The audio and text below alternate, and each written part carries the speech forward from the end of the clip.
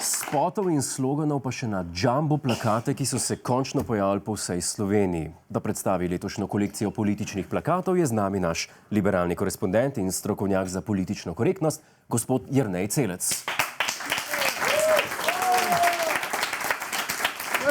Večer. Pozdravljen, gospod Celec. Kakšne plakate so letos za nas pripravili naši najljubši politiki? Spoštovani gospod Godler, predvolilni plakati so kot nohti na nogi. Nikoli niso zares lepe, moraš jih pa imeti. V preteklem tednu se je namreč začelo obdobje, ko so na plakatirnih mestih reklame za banane in sendviče, ob katerih se ti cedijo sline, zamenjali nekajmetrski fotošopirani obrazi naših politikov, ob katerih ti postane slabo. Večina naših politikov je svoje predvolilne plakate postavila kar ob cesti, kar je ironično, glede na to, da jih bo po volitvah kar nekaj pristalo na cesti. A štekate, ker ne bojo prišli not. Ja, okej, štekam. Dajte mi povedati, čigavih plakatov pa je trenutno največ? Vi ste kar nekaj časa kazalo, da plakatov ne bo, zelo malo plakatov je bilo političnih opaziti. Glede na količino jumbo plakatov je dolgo časa izgledalo, kot da je najresnejši kandidat za novega slovenskega premijeja Đuro. Tip je res povsod. No, trenutno pa je po količini plakatov v vodstvu Zmago Jelinčič, ki očitno nujno rabi 1% glasov, da prejme proračunska sredstva in poplača vse te plakate. Sledimo stranka SDS, no to pa je že stranka SD, ki se je lotila zanimive taktike in je svoje kandidate potetovirala. Tole je slika potetoviranega Dušana Semoliča oziroma odgovor na vprašanje, ali bodo moje tetovaže iz mladosti izgledale kul tudi na stara leta. Ne, niti približno. Upamo samo, da je tetovažo dobil po sindikalni ceni. No, so pa vsaj inovativni, a niso?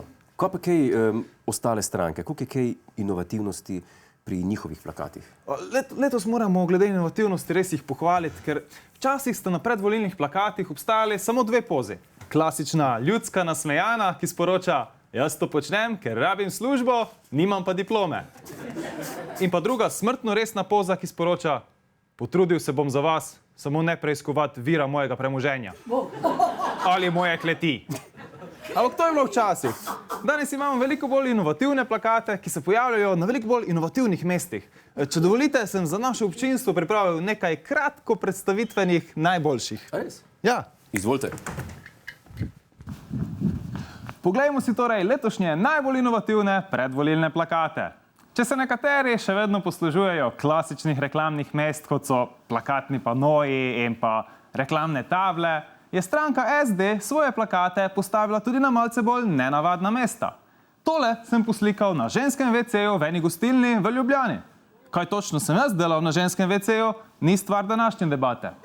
Mora biti pa ženskam skrajno neprijetno, ko jih med opravljanjem velike potrebe odločno in samozavestno opazuje Dejan Židan.